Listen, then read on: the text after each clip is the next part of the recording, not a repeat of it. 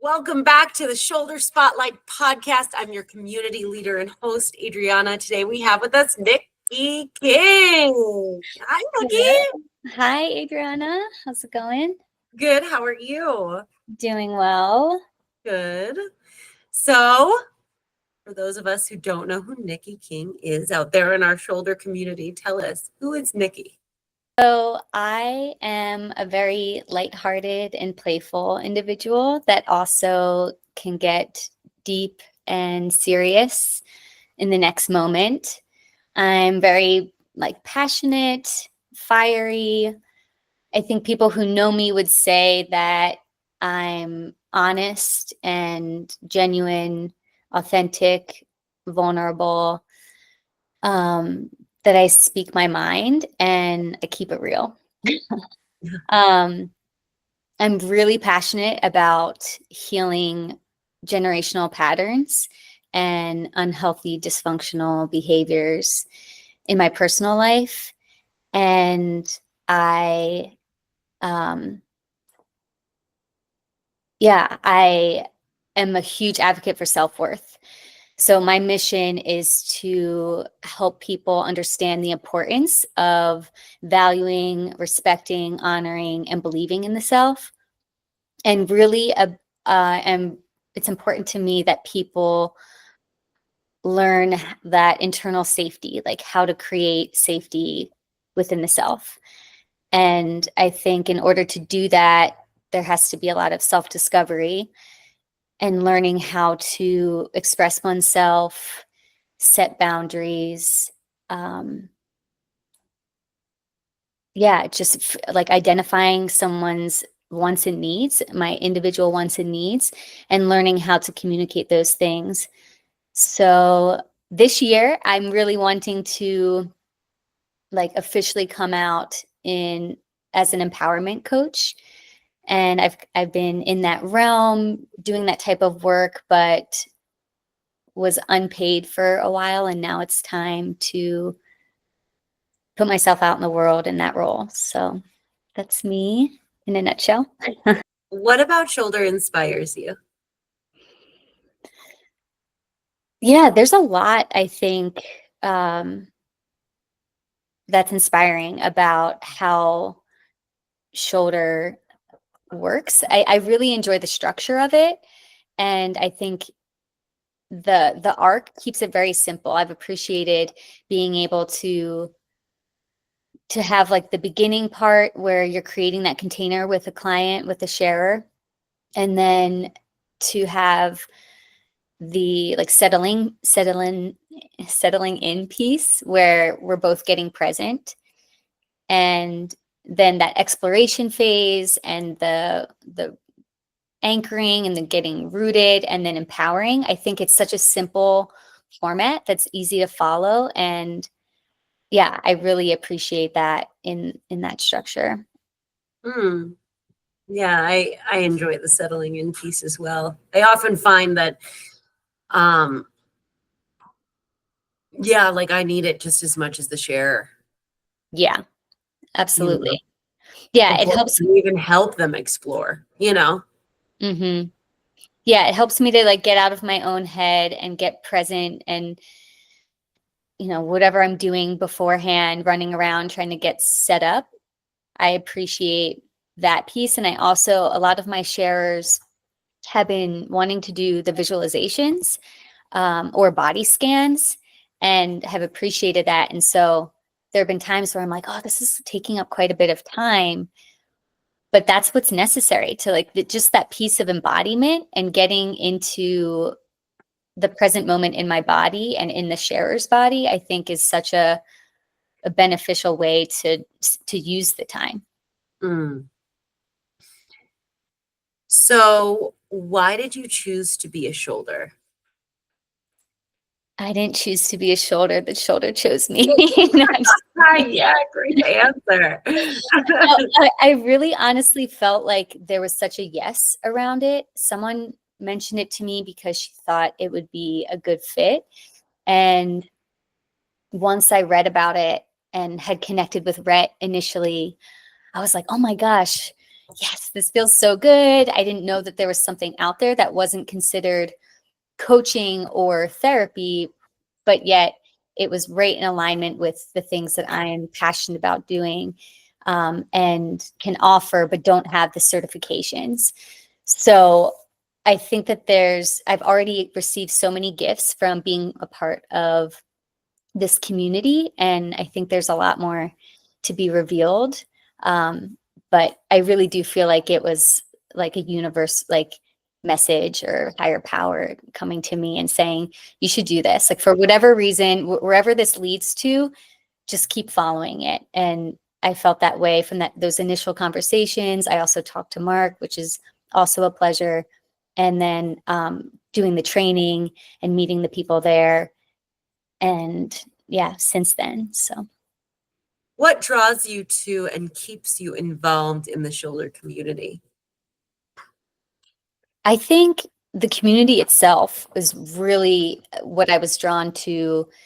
I've been seeking out, various communities of like-minded people, and I'm a part of several pretty large communities that all have similar overlaps, but each has their own unique, distinguishing thing. And I was like, what is unique about Shoulder? What do I like about it? Like, can I articulate that? And I think for me, there's a little bit of magic here, because there are people trying to make their dreams come true, but it's also like in the good of like for the service of other people. So it just feels really positive. Like there are people who are wanting to grow and improve and heal and learn and develop themselves, which I'm always drawn to. And then this other added bonus of people being optimistic and enthusiastic about what they want to do in the world and how it has a greater impact on people and their mental health. And I just think it's such a beautiful thing. So I'm really drawn to that. What gifts do you believe you bring to Sholder? So I think, well, because I think it's slightly different. I think there's the same, but I'm more playful and like fun and lighthearted when I'm in social gatherings with you all and the community, with other sharers. And I have a lot of energy and enthusiasm, insight from my own personal healing journey. And then with sharers, I feel that I hold a really calm, safe space for people to feel seen, heard, understood, acknowledged. And I feel like I can kind of step out and help them to connect the dots or recognize patterns and then be able to offer that up to them. So yeah, I feel very present in my sessions with sharers. And then in the Shoulder community, I'm like, let's go. And I feel like just excited. I shared with Mark, I have a lot of ideas. I'm like, I've got a lot of ideas. Hit me up, Mark. How has Sholder influenced your personal life? I think something that's so simple that I've been using more since the training is just picking up where someone's left off, like something that they say, and then asking them a question directly using their words about what they just said. And it helps move the conversation in a way that's guided by them in something that, they're personally wanting to express, rather than me at times trying to steer it down a road that I think it should go. So I've been doing that a lot more. I think there's a lot of overlap with the way Shoulder operates and the way that I've been a part of women's circles and the way that we show up in our women's circles. So I'm used to that, like one step behind, not giving advice, not hijacking. At least that's like in the safety of a circle. I don't always follow that when I'm outside of circle. But yeah, just, and even in those spaces, even in my circles, I've noticed me utilizing some of the Shoulder strategies and having it be impactful in another woman's share, which is cool. Yeah, I think you said that beautifully, because I would agree. Like, one of the things I've noticed is when, like, for instance, like my aunt, is like my best friend. And when we're talking, sometimes she'll complain about the same thing over and over again. And like, if I find myself annoyed with the conversation, I'll start to then shoulder her. And then it naturally, and then instead of finding myself annoyed, I find myself actually steering, or like her steering the conversation to help herself.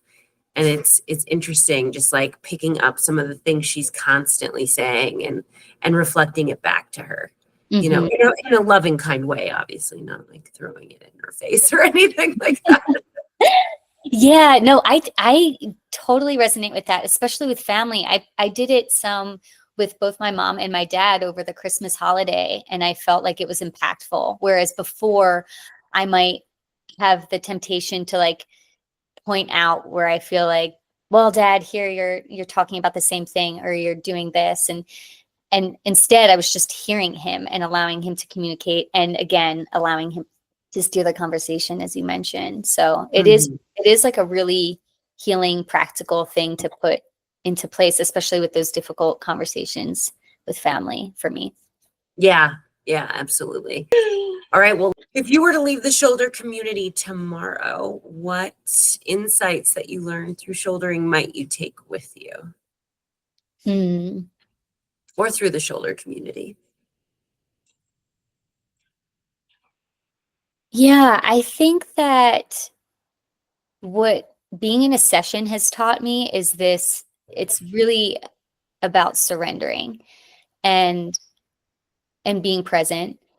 And it's tempting for me, especially in that type of role where someone's sharing things that are their difficulties or their struggles, to want to solve and fix and like be in my ego of like making analyzations and trying to like connect the dots and problem solve. And what I've had to learn how to do in these sessions is just to let that go.